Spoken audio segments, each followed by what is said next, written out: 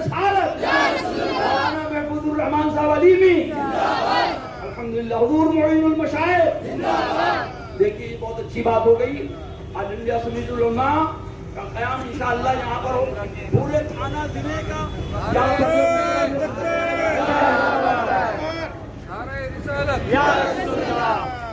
مولانا محفوظ الرحمان صاحب تھانہ ضلع کے آل انڈیا سمیت العلماء کے صدر بنا دیے گئے ہیں. تمام علماء کو چاہیے آل انڈیا سمیت العلماء کی شاخ کو آواز بند ہو جائے، آواز بند ہو جائے.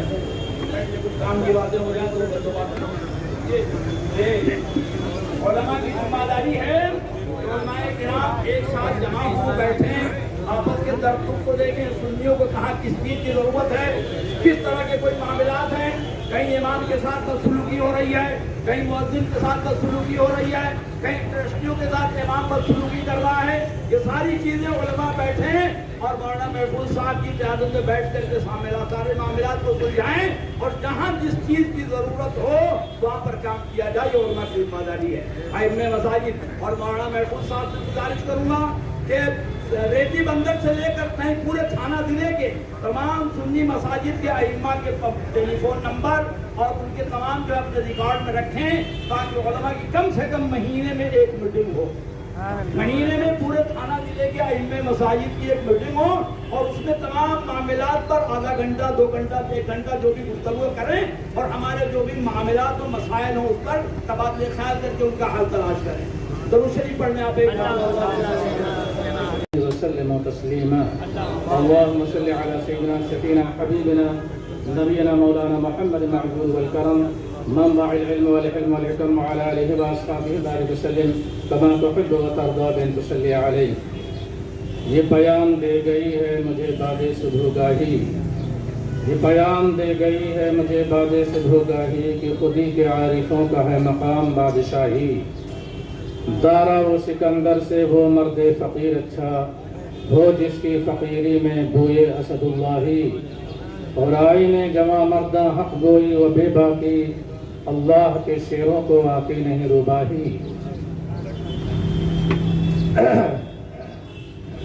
حالات کے قدموں پہ قلندر نہیں گرتا، حالات کے قدموں پہ قلندر نہیں گرتا. ٹوٹے بھی جو تارا تو زمین پر نہیں گرتا. اب گرتے ہیں بڑے شوق سے، گرتے ہیں بڑے شوق سے سمندر میں تو دریا، لیکن کسی دریا میں سمندر نہیں گرتا. جلوس غوثیہ حسب روایت حضور شہزاد مخدوم سمنا کی قیادت میں شہر ممرہ میں نہایت یان بان شان کے ساتھ نکلا. شہنشی پر جلوہ فروز معزز علماء کرام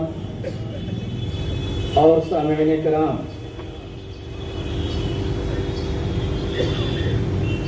جلوس کے جو آخری کڑی ہے جس محفل بابرکت میں ہم اور آپ حاضر ہیں، ایک اہم پیغام تعلیمات غوث اعظم کی روشنی میں ہمیں لے کر کے جانا ہے. ہمیں اپنے مزاج کو، اپنے ذوق سماعت کو اب بدلنا ہوگا. لوریاں دینے کا زمانہ گزر چکا ہے، تھپکیاں دینے کا زمانہ گزر چکا ہے. خواب خرگوش سے ہمیں بیدار ہونا پڑے گا، اپنی فکر کو بیدار کرنا پڑے گا، اپنے احساس کو بیدار کرنا پڑے گا اور اپنے ضمیر کو بیدار کرنا پڑے گا. نازک سے نازک دور سے ہم گزر رہے ہیں، نازک سے نازک تر دور سے ہم اور آپ گزر رہے ہیں. ایسے حالات میں اگر ہم یوں ہی سوتے رہے تو بڑے شوق سے سن رہا تھا زمانہ، ہم ہی سو گئے داستاں کہتے کہتے. آج ہمارے سامنے جو حالات ہیں، جو چیلنجز ہیں، ان حالات میں ہم اپنی فکر کو تبدیل کرنے کی کوشش کریں، اپنے احساس کو بیدار کرنے کی کوشش کریں. غوث اعظم رضی اللہ تعالیٰ عنہ کی محبت کا ہم دم تو بھرتے ہیں، ان کی محبتوں کا راگ لاتے ہیں اور ان کی محبتوں کے نعرے لگاتے ہیں، ان کی نسبتوں کا اظہار تو کرتے ہیں، لیکن غوث اعظم رضی اللہ تعالیٰ عنہ کی حیات طیبہ کے ان گوشوں کو ہم اپنی نگاہوں کے سامنے نہیں لاتے۔ غوث اعظم رضی اللہ تعالیٰ عنہ کی حیات طیبہ کے وہ روشن ترین باب، سب سے پہلا آپ کی زندگی کا جو باب ہے وہ علم دین کا حصول ہے۔ پیارے آقا صلی اللہ تعالیٰ علیہ وسلم کے علوم، قرآنی علوم، علوم دینیہ کا حصول، اور کس انداز میں آپ بغداد جا کر کے علم دین حاصل کر رہے ہیں، کس طرح سے مشقتیں برداشت کر رہے ہیں۔ یہ باتیں میں اس لیے عرض کر رہا ہوں کہ آپ کو ایک نہایت اہم پیغام ابھی تھوڑی دیر میں سماعت کرنی ہے، ایک نہایت اہم پیغام سماعت کر کے اپنے ذہن و دل کو روشن کرنا ہے۔ حاضرین محترم، آج کے دور میں اگر ہم باوقار زندگی گزارنا چاہتے ہیں، ہم یہ جو آہو فغاں کرتے ہیں، نالو شیون کرتے ہیں، اور یہ جو التجائیں کرتے ہیں، رونا روتے ہیں، تو حکومتوں کی وجہ سے اور اس کی وجہ سے اس کی وجہ سے ہم پریشان ہیں۔ میں آپ سے عرض کرنا چاہتا ہوں، حکومتیں آتی جاتی رہتی ہیں، بدلتی رہتی ہیں، پہلے ہمیں اپنے آپ کو بدلنا ہوگا، اپنے ضمیر کو چینج کرنا ہوگا، اپنے احساس کو بدلنا ہوگا، ہمیں اپنے فکر کو تبدیل کرنے کی ضرورت ہے۔ امت مسلمہ کے سامنے اس وقت جو درپیش مسائل ہیں، ان میں ایک اہم مسئلہ تعلیم کا ہے، اور دوسرا اہم مسئلہ جو ہے وہ تزکیہ نفس کا ہے، اور تیسرا اہم مسئلہ جو ہے وہ اخلاق حسنہ کا ہے۔ یہ باتیں میں اس لیے عرض کر رہا ہوں، غوث اعظم رضی اللہ تعالیٰ عنہ کی حیات طیبہ پر اگر آپ نگاہ ڈالیں گے تو غوث اعظم رضی اللہ تعالیٰ عنہ کی حیات طیبہ کے یہ روشن ترین 3 باب آپ کو نظر آئیں گے۔ غوث اعظم رضی اللہ تعالیٰ عنہ نے کس طرح سے جو ہے علم دین حاصل کیا ہے۔ آج ہم کاروبار کرتے ہیں، بزنس کرتے ہیں، کمپنیاں بناتے ہیں، یقیناً کاروبار کرنا چاہیے، تجارت کرنی چاہیے، بزنس میں آگے بڑھنا چاہیے۔ بزنس کرنے سے ہے ہم اپنے آپ کو، اپنے خاندان کو آگے بڑھائیں گے، اور تجارت کے میدان میں آگے بڑھیں گے، ہم اپنے خاندان کو آگے بڑھائیں گے۔ لیکن اگر کوئی اسکول قائم کریں گے، کوئی مدرسہ قائم کریں گے، کوئی تنظیم قائم کریں گے، کسی تحریک سے وابستہ ہوں گے، جو انسٹیٹیوٹ بنائیں گے، تو اس سے پوری قوم فائدہ اٹھائے گی۔ آج ہمیں اپنی تنظیمی صلاحیتوں کو ابھارنے کی ضرورت ہے، آج ہمیں تحریک برپا کرنے کی ضرورت ہے۔ علم کے میدان میں ہمیں اپنے آپ کو تیار کرنا ہوگا۔ یاد رکھیں، جو قوم جو ہے پسماندہ ہو جایا کرتی ہے، جو قوم جو ہے ہتھیار ڈال لیا کرتی ہے، جو قوم صرف رونا رویا کرتی ہے، دنیا کی ترقی یافتہ قومیں اس کے شانہ بشانہ کبھی نہیں کھڑی ہوتی ہے۔ ہم اپنے آپ کو تیار کریں، اپنا لوہا منوائیں، ہماری قوم کے بچے علم کے میدان میں اپنی عظمتوں کا لوہا منوائیں، تب جا کر کے دنیا کی دوسری قومیں اپنے ساتھ اپنا شانہ بشانہ لے کر کے آگے بڑھیں گے۔ اور دوسری سب سے اہم بات وہ تزکیہ نفس کی ہے۔ علم کے ساتھ ساتھ صرف علم ضروری نہیں ہے، علم کے ساتھ ساتھ عمل ضروری ہے۔ میرے آقا صلی اللہ تعالی وسلم نے جو انقلاب برپا فرمایا تھا، اور غوث اعظم رضی اللہ تعالیٰ عنہ نے جس دور میں انقلاب برپا فرمایا تھا، وہ بھی انتشار کا دور تھا، اختلاف کا دور تھا، اختلاف کا دور تھا۔ مملکت اسلامیہ منتشر ہو چکی تھی، اسلامی قوتیں پارا پارا ہو چکی تھی، اسلام درد کی راہوں سے گزر رہا تھا۔ ایسے دور میں غوث اعظم رضی اللہ تعالیٰ عنہ نے درسگاہ میں بیٹھ کر کے علم کے موتی لٹائے ہیں، علم کے دریا بہائے ہیں، علماء تیار کیے ہیں، فضلاء تیار کیے ہیں، درس حدیث دیا ہے غوث اعظم رضی اللہ تعالیٰ عنہ نے، اور اس کے بعد مجاہدات کے ذریعے، ریاضتوں کے ذریعے، تزکیہ نفس کے ذریعے غوث اعظم رضی اللہ تعالیٰ عنہ نے انقلاب برپا فرمایا ہے۔ اور تیسری سب سے اہم بات جو ہے اخلاق حسنہ ہے۔ اخلاق کو بلند کرنا پڑے گا۔